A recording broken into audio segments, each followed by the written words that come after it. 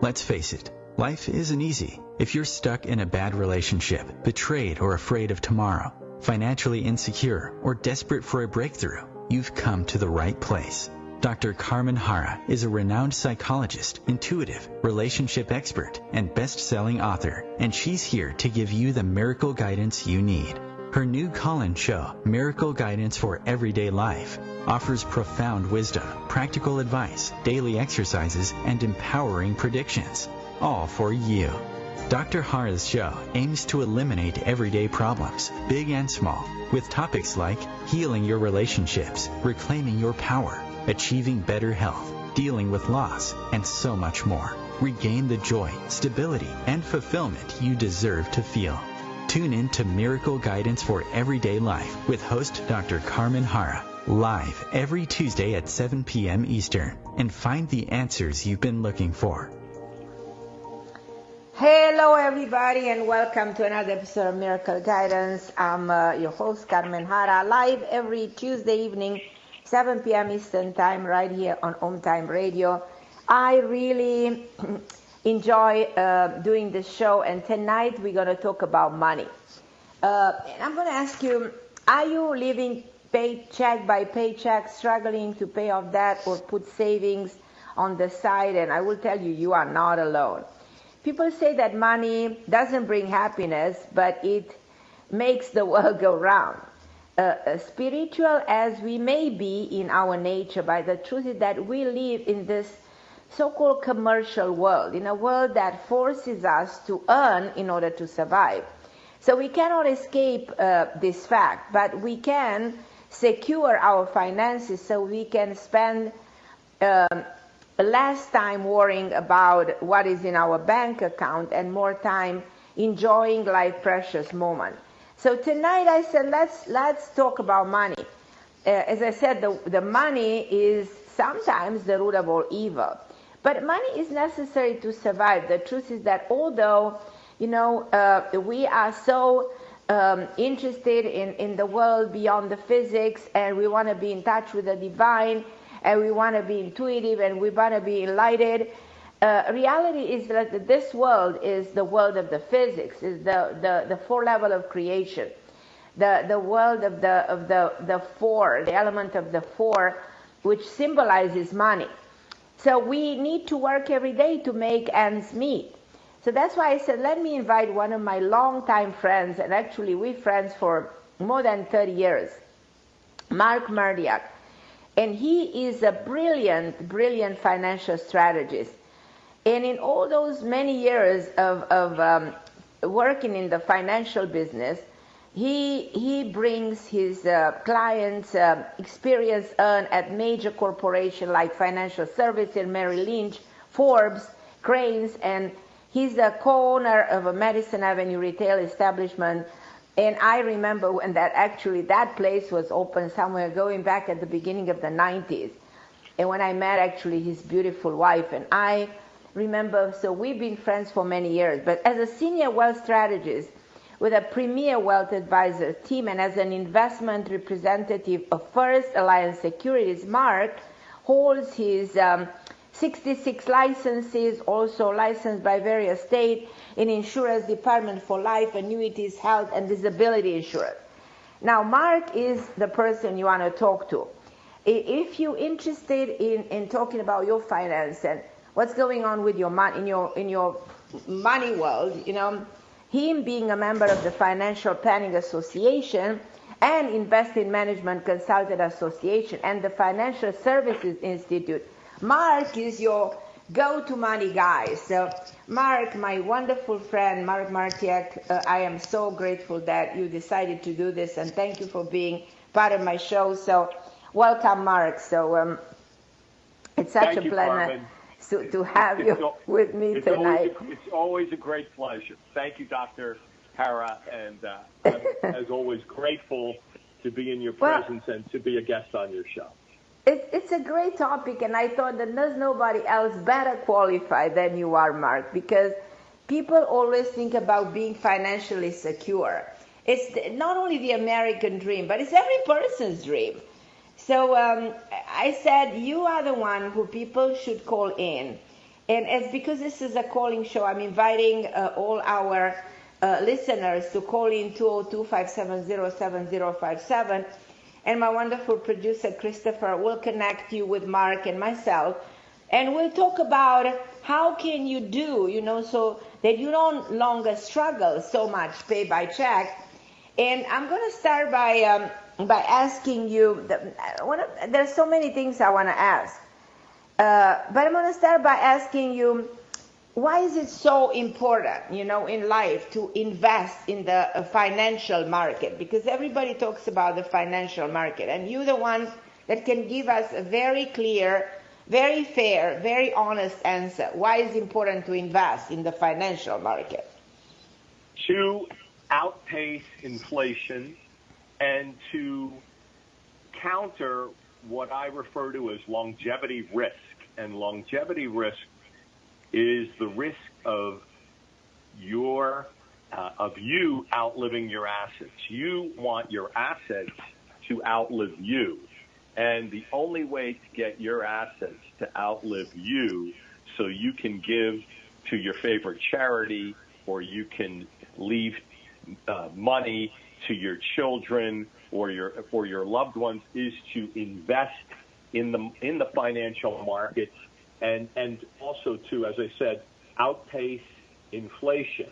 Inflation really erodes the purchasing power, and there are many ways to make money in the world today, but the financial markets have always proven resilient for investors. And I'll leave a quote here to kind of launch into this discussion, but it's from Francis Bacon, who said many, many years or many centuries ago, money is a great servant, but a bad master.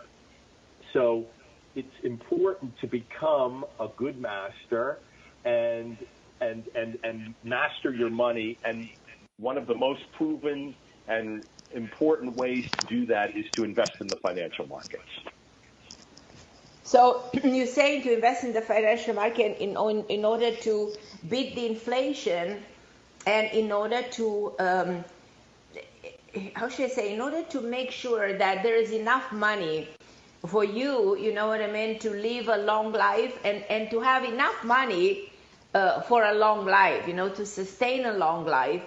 And even for money to be left to the future generation, and to be able to give charity. And probably a lot of people will say, "Oh my God, but I am struggling so much, and how can I do that?" No, if somebody, let's say, wants to invest, what would be the amount you can start in an investment? Let's say, okay, I have not a lot of money, but I want to start investing. Give me just a number when somebody can start investing. I think a percentage of your earned income, Carmen, is the best way to approach it. So you want to make sure, obviously, that you can maintain your lifestyle, and the old adage, I've heard Susie Orman say this often, you don't want to spend more than you make, right? So you want to make sure that you have a budget. And once you satisfy your budget, your overhead, your expenses, your maintenance, your lifestyle, then you should also set aside a percentage of your income. And there are obviously vehicles that will enable you to do that. So, for example, if your employer offers a 401k plan or a 457 plan or a 403b plan, if you're in a union, that's one vehicle. And then the other vehicle is a taxable account, by opening up a taxable account versus the tax-deferred account that I just alluded to with the corporate retirement plans, right? So that's how you start. And whatever is comfortable for you. I have worked with young parents and their young children, and one of the first goals they have in mind is to start saving for college. So one can open up a 529 plan, a college savings plan, and treat that money as money that's saved, tax deferred, and ultimately tax forgiven, where you don't have to pay the government taxes as long as you meet certain criteria, and specifically that criteria involves investing the money in higher education. So parents with young children, as soon as a child gets a Social Security number, can open up a 529 plan. And then single people, I speak to students that are in high school, in college, and just coming out of college. And I stress the importance of immediately creating a retirement plan so they can save for themselves, but also having an investment account that's taxable, again, so that they can have that money and they can grow the money for very important purchases like buying their first home or their first apartment, or being able to grow their money so they can take a vacation either once or twice a year. There are many financial goals that individuals and families are always thinking about, but specifically they want to make sure that they get invested in the market, and by using a financial advisor like me who can counsel them and look at their entire picture, right? That's the way to get started. So in other words, you are actually indirectly answering to another question I had, which was, where do you begin with a client? So if a client comes to you, and probably a lot of people, listeners, they question, how can I do this? I don't make a lot of money. I make like $4,000 a month, or probably even less. I don't even know where there's room for investment. I mean, realistically, you look at the majority of the population, we don't really make a lot of money. But you, when you begin with a client, where do you actually begin? Exactly like you explained. You evaluate their situation, and you start small somewhere, no? Yes, Carmen. I take a holistic approach to every relationship. Right. And believe it when I tell you that I begin with listening. I feel listening, and my ability to listen to an individual or a couple's aspirations, dreams, and financial goals is so important. So an opening question for a prospective client or a client might be, how do you make investment decisions? Right. And I listen carefully to that response. And a follow-up question would be, what has been your relationship with money? Good question. Good question. What's been your relationship with money? Tell me about it. Tell me about how your parents raised you to understand what your relationship with money should be.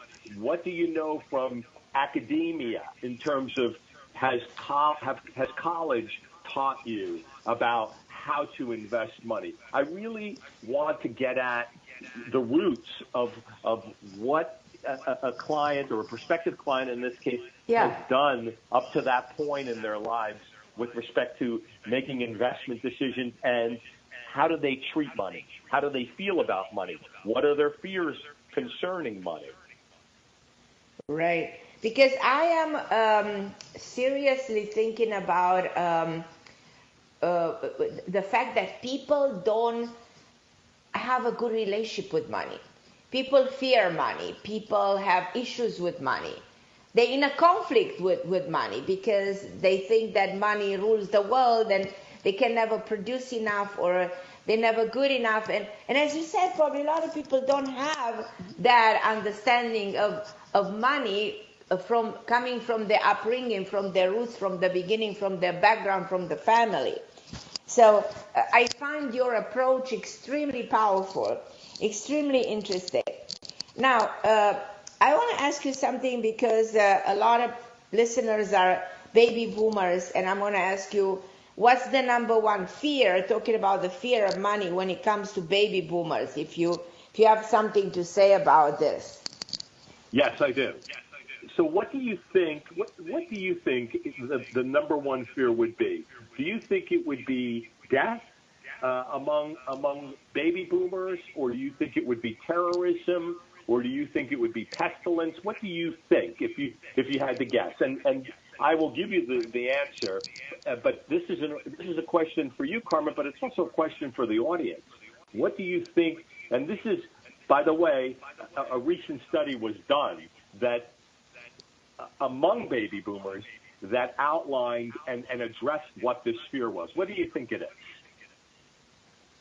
It's probably the fear of being, getting old and having no money, and That's getting. It. That's yeah. it. You hit it. You hit it right on the head, Carmen. The number one fear of baby boomers wasn't death, wasn't terrorism, wasn't taking care of their aging parents. Of course, they have to take care of their aging parents, and of course, they worry about their children. But the number one fear was outliving their savings. And if you recall, just a few moments ago, I said longevity risk. Longevity risk is that's the most powerful statement ever, that I think we ever made on a show, because it's so powerful. It's so powerful. I People agree. Don't realize how powerful this is for their well-being. Yeah. It only their life, their sanity.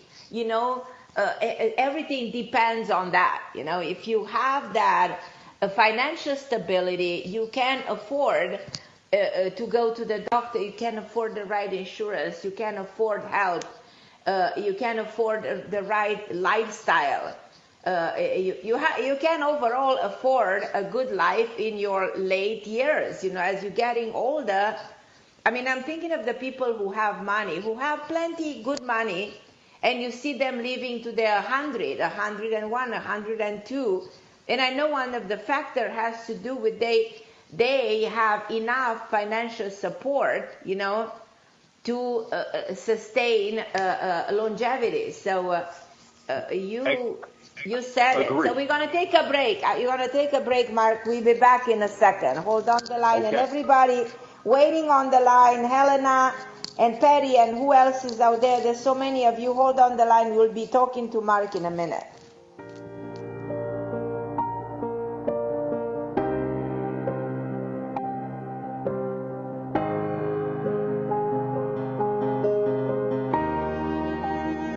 The best of the holistic, spiritual, and conscious world. OMTimes Radio. IOM FM. OMTimes magazine is one of the leading online content providers of positivity, wellness, and personal empowerment.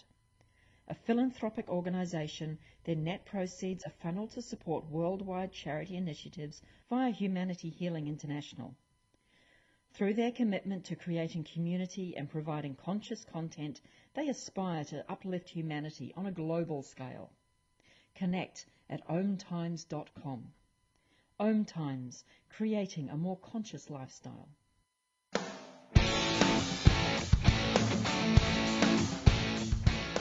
Looking for inspiration?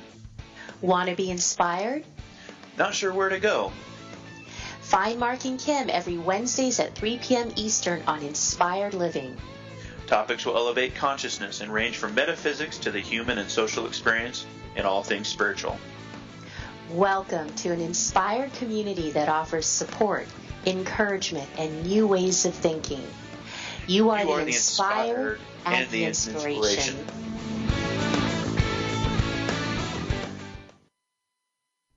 Melissa from Michigan. I work an extra part-time job serving lunch at my child's school, but I still can't afford to put food on our table. Daniel from California. Choosing whether to pay the rent or pay to fix the car to get to work doesn't leave us with much at all. Now we can't even pay for meals. Hunger is a story we can end. End it at feedingamerica.org. Brought to you by Feeding America and the Ad Council. And I'm back with Mark Martiak, my longtime friend, talking about the money situation that is so important in our life. And we were asking, I was asking a lot of questions to Mark, and I know a lot of callers are waiting to talk to Mark. But one more question. What steps, Mark, you think someone can take if they've never worked with somebody like you before or with a financial planner before? What is the first step that somebody needs to take? The first step is to speak with me or a qualified professional like me and set up a time to have a phone call and then follow that up if you like and feel viscerally, if you feel good about the questions that are answered that you present during that phone call, then follow that phone call up with a face-to-face meeting, preferably in a place where you feel most comfortable. Obviously, that might be your home, that might be your office, or that might be in the advisor's office, and then bring your financial statements. Bring as much as you're comfortable and willing to share with that financial advisor. So I think if you can have an open mind and bring the information and the data to the financial advisor will be able to take a complete view of what you're doing in your financial life and then ask you the most appropriate questions. And as I said, a very solid, good financial advisor is one that knows how to ask the right questions and actively listens to your responses. Exactly. And so the most important thing is to connect and have the courage to decide, you know. That's right.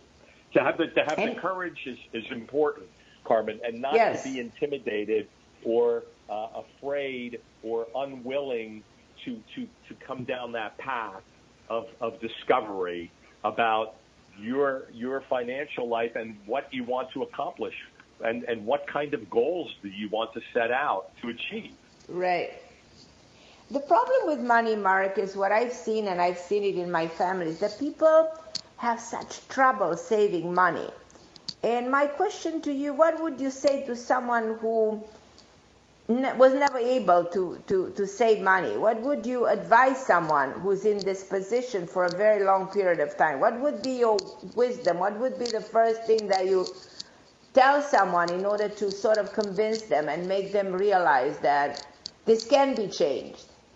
Your past isn't prologue. So understand that this is a vulnerability of yours, not necessarily a weakness. Don't be embarrassed by the weakness of not having dealt with financial terminology and vernacular and technicalities. Don't let that intimidate you, that you don't have that or aren't comfortable. You may also believe that you are really, really good at managing money, but the truth is, very often, the people that have experience in the industry are good, but not even all of the professionals like myself in the industry know all the answers.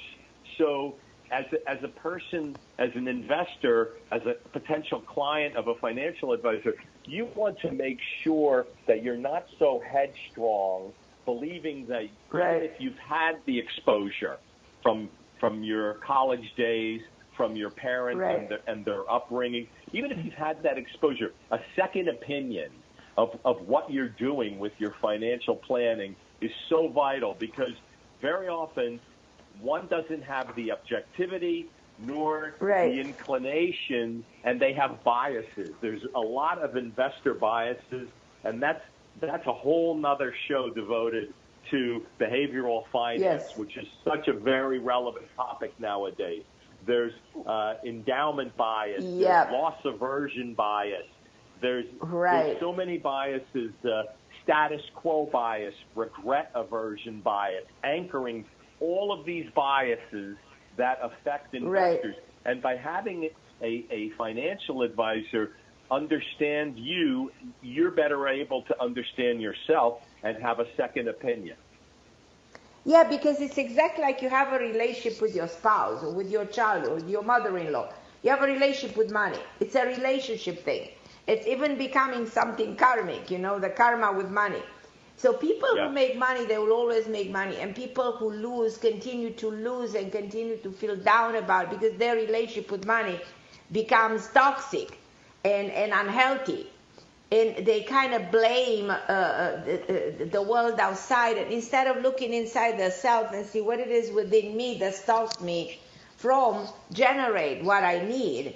But I'm gonna connect you to somebody who is from New York. Her name is Helena, and she's one of the callers. And from what I know, because I remember she talked before to me, and if I remember correctly, this is also somebody who had issues struggling with money. Helena, are you with me? Yes, I'm here. Hi, Carmen. Okay, so we are talking to Mark Martiak, and I remember, if I remember correctly, that you're a very successful woman, extremely bright, extremely educated, a famous producer, I should say, but then you did struggle in your life at some point with the finance, like we all do. So is there any way Mark can help you improve your finance and help you find a way, to break through the cycle of financial losses? Well, that's a good question. Right. I've certainly been in a position where I've had quite a lot of money, and I'm now in a position at the moment where I've less money. I mean, I'm certainly not in a position to invest at the moment, so, I don't really know where to start with the question. So here is the interesting that, Mark, you're going now to a big test. So somebody Helena, who says, okay, I made all this money, for whichever reason I'm in this phase of my life in which I cannot invest. Is there a way I can start somewhere? Sure. Well, first of all, hi, Helena. It's nice to meet Hi. you, and I appreciate you taking time out of your schedule to join us. So as an experienced financial advisor, I know that defining financial goals is really critical to creating an appropriate investment program. And if you don't have a program in place, maybe you start to internalize that first, and then when you get to a place where you're more comfortable with your economics, if you will, then we can define those financial goals. It sounds to me like you understand the psychology and the emotions that are underlying the decisions to reach these goals or to create these goals. It's just that you were at one place in your life where you had an abundance of money, and correct me if I'm wrong, and now you're no longer in that place in your life. Is that accurate? That's accurate. I see. And do you feel that you are lacking any confidence about starting again or reigniting your passion for achieving or setting and achieving your financial goals? Do you feel emboldened, or do you feel kind of disenfranchised from that whole idea? No, I would say I feel disenfranchised. I mean, I don't, it's not that I blame some investment manager for my situation. That wasn't the circumstances. But, I'm certainly, I suppose, more fearful about, trying to deal with money currently than I even have been in the past. I understand. Did you incur any losses in the stock market at some point? No, it was more real estate losses. I see. So real estate is obviously a very important asset class, and should have a place in every investor's portfolio. May I ask, was it residential real estate that you had investments in? Yeah, residential. Well, I mean, it's something I own, but it was a series of circumstances. But certainly, that was a large factor in my current situation. I understand. Did you ever diversify? No, I don't really want to go into detail on the radio, but I understand. I won't bring you into that place. I can assure you. Did you have any diversified investments away from real estate at the time when you were invested in real estate? Did you have any diversifiers? Yeah, I did have some. I see. Often, what I see and what I notice when I'm working closely with clients, especially in the early stages, is that investors tend to overweight certain asset classes, and the diversification for some reason is not in place. So that diversification of having non-correlating asset classes, meaning as real estate goes up, another asset class that goes down. I mean, having the non-correlation is so important in making what is referred to as a diversified investment portfolio. And in that regard, when one asset class zigs, the other one zags, that's actually good, right? Because not always do all of the asset classes rise, simultaneously and stay highly correlated. In fact, a case could be made that when they do, during investment market cycles, that's when there's volatility.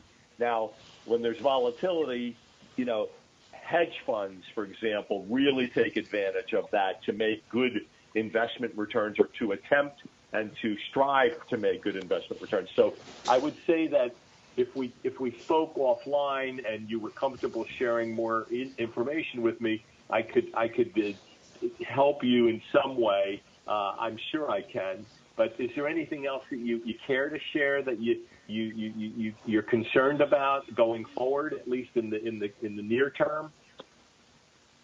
Well, I mean, certainly getting into a position where I could even consider investing, which, as of this second, I'm not. But, I appreciate your offer to speak, and, that might be helpful at some point.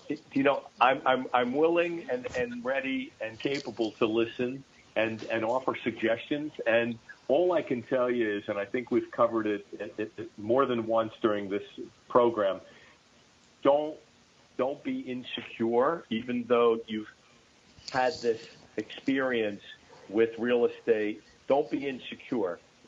Do your best to put it behind you. I'm not a therapist, obviously, and nor would I ever hold myself out as one. And I'm not an accountant, and I'm not a lawyer or a legal advisor. I'm a financial advisor, but I do really focus on the behavioral aspects of how to manage your life with money and how to invest money. So I'm happy to help you if you want to, go a little deeper into this conversation. Okay. Well, I guess we'll find out how to reach you, or maybe it's on the. Well, website. we can, Mark, we can give your information to people, because people listening, they will be very tempted to reach out to you for guidance, for advice, and I think they can be very intrigued by the fact that even if you don't have a lot, if you have a tiny bit of money, you have to start somewhere, like in everything in life. You want to build a home, you build a financial. If you don't start anywhere, if you don't start a business, you're not going to have a business. If you don't start a corporation, you will never have it. So if you don't invest, you will never invest. And you will only think investment is not something that is good for you, or you're not good at it, or it's too difficult to do. So I think in life people have to start somewhere. And you should start small. You're absolutely right, Carmen. And not feel as if it's too small. Very often when investors, or when I have conversations with people either kick the can down the road if they're not comfortable with investing, or their relationship with money isn't comfortable. They either kick the can down the road and say, I'll get to it, or I'm not ready to think about what I need for retirement. And that's not the way to deal with money. It's also, a very similar behavioral pattern you see with staying fit, right? I'll lose weight this year.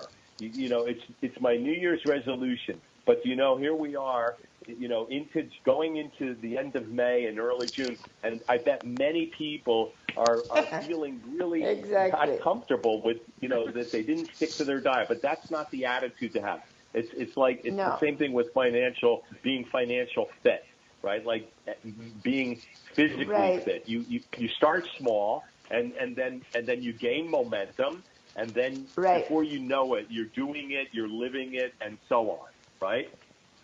Well, I will never forget, I give you my own story. Many, many years ago, I bought a home in New York. Actually, it was in Queens. It's a borough around New York. People who don't know New York, it's one of the 5 boroughs. And my husband and I, we were very young. We didn't have money at the beginning. We were struggling. We were working very hard. And there was this house, and we wanted that beautiful home, but we struggled to, even with the belief that we can buy that house. And we made such an effort, and we finally did it. It was an enormous effort. Well, you can't believe we lived many years in that house, and many years later, 20-something years later, when I sold that house, I sold it 10 times more the money that I bought it, and I made a lot of money in selling of the house. And I was thinking, well, it was an act of courage to buy that house, but it paid off, you know what I mean? So in life you have, money is a form of energy, you know, like anything else in the world. And the best way to get money is to earn money through your own energy, you know what I mean? And to believe in that energy, that you are generated of that energy. Yes, I agree. Money I agree with create you. all kinds of vibrational energy. So it's important how you think about money. I agree. Carmen, there's a popular Chinese proverb that it's very, you know, I relate to it because of what you just related to your audience, that anecdote about buying your house with your husband. This popular Chinese proverb says the best time to plant a tree was 20 years ago. When do you think the second best time is? Exactly. Now. Yesterday. Now. So the best time to plant a tree was 20 years ago. The second best time is now. No. Basically, and anyone listening to you will say, "Oh, I don't have. Why are we talking about this? It makes me feel sad because I don't think I can invest anything." No, if you think that way, then nothing will happen. If you start thinking, "I don't care. I have $100. You know what I mean? I'm going to multiply it and make it 1,000, and I'm multiplying the 1,000. I'm going to make it 10,000 and 100,000." And this is the way. And this is some people you see that come from nothing, but they have the guts, you know what I mean, to turn that small amount of money into a fortune. And because money is energy, it actually can be done. But you have to work very hard. You have to use all your talents, you know what I mean? You have to use your mind. You have to have courage. And you have to have strength, and you have to believe in yourself, and you have to have a strategy, and you have to have somebody like you guiding them into how to make it in such a way that they don't take a risk, that they don't lose, and they only win. So that's why somebody who's an advisor is so important through the process of building the money foundation of somebody. We're going to take a break. We'll be back in a moment, and we'll talk more about Mark Martiak. And if you want to call in to 0257-07057, and we can talk to you about your money situation.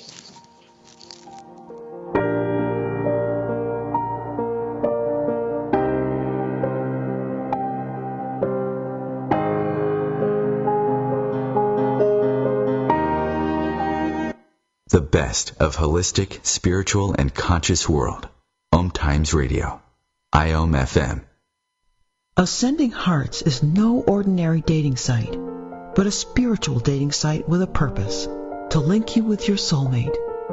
We engineer the serendipity so you can trust that you will attune with someone that has the same matching vibration as you. Ascending Hearts, the conscious dating site for the spiritually aware. Try Ascending Hearts for free. AscendingHearts.com. My name is Victor Furman. Some call me The Voice. I've always been fascinated with human nature, spirituality, science, and the crossroads at which they meet. Join me Wednesdays at 8 p.m. Eastern on OMTimes Radio, and we'll explore these topics and so much more on Destination Unlimited. I'm Fidel Nsombo. I was born in a city called Bukavu in the Congo. We were a loving family, and then, boom, everything that I had disappeared in a single day. People think that when you are a refugee and they resettle you to America and all your problems are done, they don't understand that that's the beginning of everything. I was not born a refugee. I was made one. It's time we welcome refugee families with open arms. Learn more at embracerefugees.org, brought to you by the Ad Council.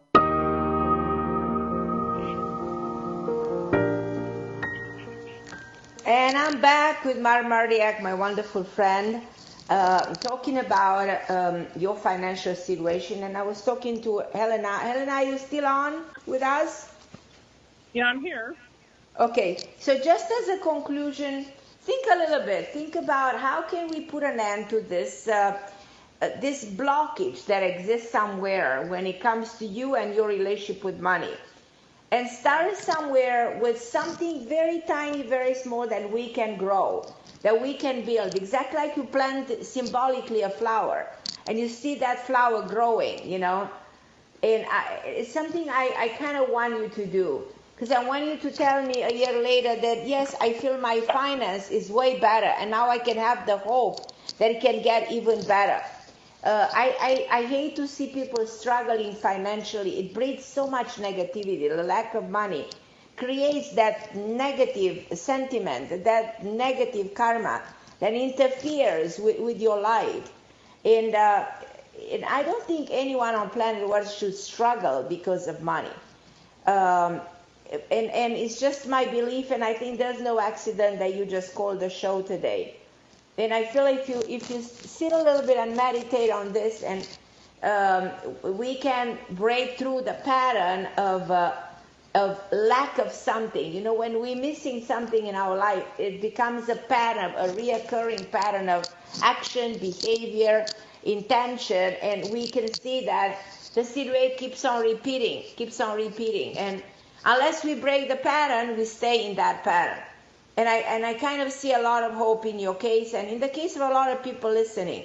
Try to break the pattern of the lack of money and make money an easy thing in your life, because it really can be done. Just succeed once and you will see you will continue to succeed. And thank you so much, Elna, for calling the show. And I'm going to go back to Mark. And Mark, I'm going to ask you something. What do you think of the economy? Because I have such an opinion. To me, economy doesn't exist. Economy, to me, doesn't exist in a physical world. The word bad economy is something that is created to instill fear in people. And the word of good economy is just used by, I don't know, leaders of state, considering that serves them. I don't see where economy is good or bad, because I don't believe in the word economy. That's me. You know, you don't have to go by me. But I'm going to ask you, what do you think about economy? Because some people do believe in economy, but that's definitely not me. Well, I think there is a lot to be feeling comfortable with concerning the U.S. economy right now. There are uncertainties. The comfort level comes in the fact that we have very low unemployment, and inflation has been kept in check. So purchasing power hasn't eroded. And our Federal Reserve Bank, our central bank, which is in Washington, D.C., their mandate is to keep unemployment low by controlling how the interest rates rise and how inflation is kept in check. So they have a dual mandate of watching inflation and making sure unemployment is low. And unemployment has gotten lower since President Trump has taken over. It's a fact, and I am not going to get into any politics, but it's a fact. Well, we're not talking politics on this show, but then the Feds are raising the rates to the roof. You know what I mean? Well, they decided to pause. Last December, up until around the middle of the month of December of 2018, they were already planning to raise the interest rate, to raise what they call the short-term rate, the Fed funds rate. But when we had all that volatility, they put the interest rate hikes on hold. So one barometer to understand that, if the audience wants to understand that, is the 10-year Treasury yield. And currently it's at 2.42, and it's below 3. And in fact, borrowing right now for mortgages, and whether it's commercial or residential, is still very attractive for investors that want to invest in real estate. So, but for those listening who have let's say, mortgages and they have an adjustable rate, are they supposed to be afraid that their mortgages will continue to go up, the rates of the mortgages?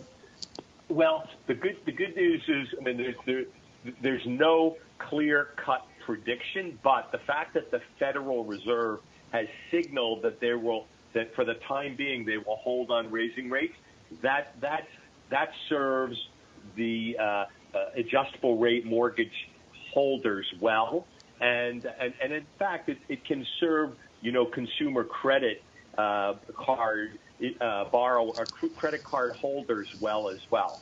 So yes, if we have the rates going up, the adjustable rate mortgage holders are affected, and so are people with adjustable rate revolving credit cards. So I think it's manageable for now.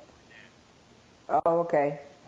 Okay. Now, so that's a good thing for everybody listening. Yeah. Globally, not to just be biased toward the United States. Sure. We have to work out this China trade tariff deal that we've been working on. Our two governments have been working on now for a good part of the last year and a half or so, and very intensely. So that uncertainty that I alluded to is what causes the volatility right now in the market, in the financial markets. Volatility affects equities when equities are one day, equities being stocks are one day up, one day down. On the other hand, bond investors, for the most part, in various asset classes like municipal bonds and corporate bonds and high yield bonds, have done well when equities have not done so well, especially in this month of May. Okay, now when it comes to the economy, I will ask you, what do you anticipate? I know you're not supposed to predict the future, but to your understanding, where you think this economy continues to go? What is because you are very accurate. I remember talking to you years ago, and you kind of gave me a hint that this is where we're going to go. The economy will get better, employment will go down, and you are right, this was years ago. So I'm curious to see where you see this going in the years ahead. Well, I think we're at a time and place with some geopolitical friction with Iran in particular, and risk with North Korea, where it's hard to say how that will affect the economy, even during the second half of the year. I mean, and I think given that I'm not a pure economist, but I watch what the economists say and do, they have difficulty and are challenged to predict where the economy is going because of the geopolitical risk that the United States faces. Now, with policy, is the economy better because of the Trump tax cut? Well, the very affluent people in America would say yes. And the people that have benefited from the tax cuts would say yes, right? Exactly. There's been a lot of tax reforms, so you'd be hard pressed to speak to a very affluent person in not just the top 1%, as they say, the 1%ers, but in the top 5%. You'd be hard pressed to get them to disagree with the notion that the economy is not doing well and won't continue to do well. And many give credit to President Trump for that. Okay. Now, on the other side of that, you have the middle income class and the lower income class that's just not keeping up, and the wealth gap is getting wider. So exactly, if you spoke to anyone in the middle class, not necessarily the upper middle class, but the middle class and the lower income classes, they would be hard pressed to say that the economy is doing better, and that they're feeling positive effects from the Trump tax reform. On the other hand, now with these tariffs with China, I understand that the agriculture sector and farmers in the farm belt of America are really going to suffer. This is what the economists are suggesting and strategists, because essentially, they're going to have to raise prices, and many of them are facing some tough times with foreclosures on loans with their banks and so on. So tough to be a farmer nowadays. So if you speak with a farmer somewhere in the Midwest, he may not agree with the fact that the economy is doing better given what's going on with China.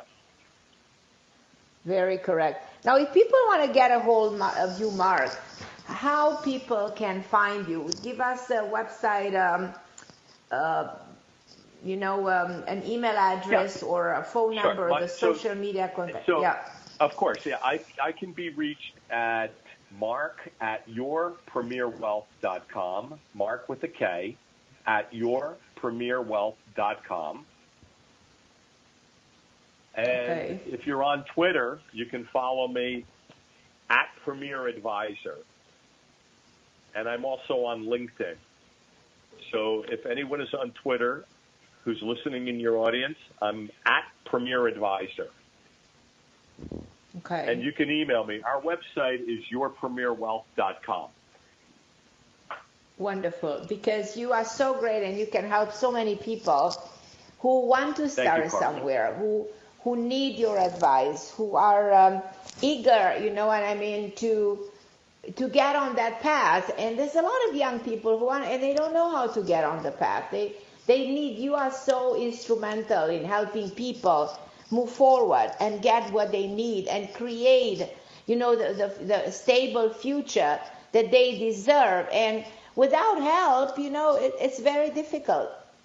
People can make mistakes. By having guidance, they will know how to proceed, and they will be encouraged. And you offer them the support, the real tangible truth behind this, and you show them, how they can progress in a relatively short period of time, and get, at a certain point in their life when they will be extremely grateful to the moment in which they probably listened to a show like this or decided to do something extraordinary for their future, for their life, for their stability, for their, emotional, mental state of being. Yeah.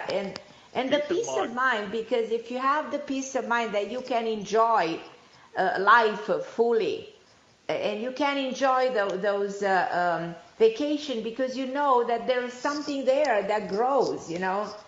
I was strong enough and courageous enough to build something, and I had somebody by my side who was guiding me through the process. So that's why I said that you are really somebody extraordinary to invite on the show and to help people get the financial support that they need and understand what's exactly going on in this world, And the most important thing is, even for the middle class people, they need to know how to change their financial situation right now. This applies to absolutely everybody, like you said. And I will ask you, what is your greatest wisdom, in your long career? Because you go through your career, and whatever the kind of a career, you learn wisdom. What is the word of wisdom that we can have at the end of the show? Don't be afraid to fail, and at the same time, force early success in whatever you endeavor to be successful at. Force early success. So, however you force early success in whatever it is you endeavor to be successful at. So, in other words, don't wait for success to come to you in your mind, with your passion and your focus. Force it. Go after it. That is so extraordinary. Yes. Thank you. Mm-hmm. In a very refined and good, genteel manner, not where you have to be aggressive and step on people. Right.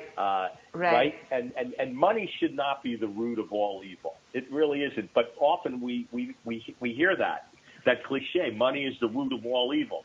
And we also hear that since the dawn of time, yeah. Yes, but actually, money should be the root of your success. Money should be the source of your success. Money should be the source of your stability. Money shouldn't be an impediment. Money should be something that you have to understand. You have it within you to generate with your skills, with your talent, your all abilities. But you have to work for it. Nothing's going to fall from the sky. You have to work very hard, on a daily basis, and never give up on working, because it makes you noble. It empowers you. It gives you what you actually need to justify your presence in this world. And it's okay to be wealthy. A lot of people are afraid to have money. People are afraid to be rich. Please don't be afraid of wealth, and don't be afraid of money and of financial power. It's perfectly okay to have it. Use it wisely. If you have it, also give to others, help other people, if you have a lot of money, So for everybody listening, this was my wonderful friend. We're coming. Yes, I'm listening. Once you get to that point, you make a good point. Once you do get to a point where you do feel wealthy, wealth means different things to different people at different times in their lives, but you can be more charitable too. And what's wrong with being more charitable in this world than giving? It's absolutely beautiful. And it's all about giving and receiving and being a beautiful person in this world like you are, Mark. And thank you so much for being part of the show. And I have one last caller that I want her to call me directly. I'm going to give her a free session. The lady from Europe, I'm there for her anytime she wants to give me a call. I love you guys. I'm Carmen Harra on OMTime Radio.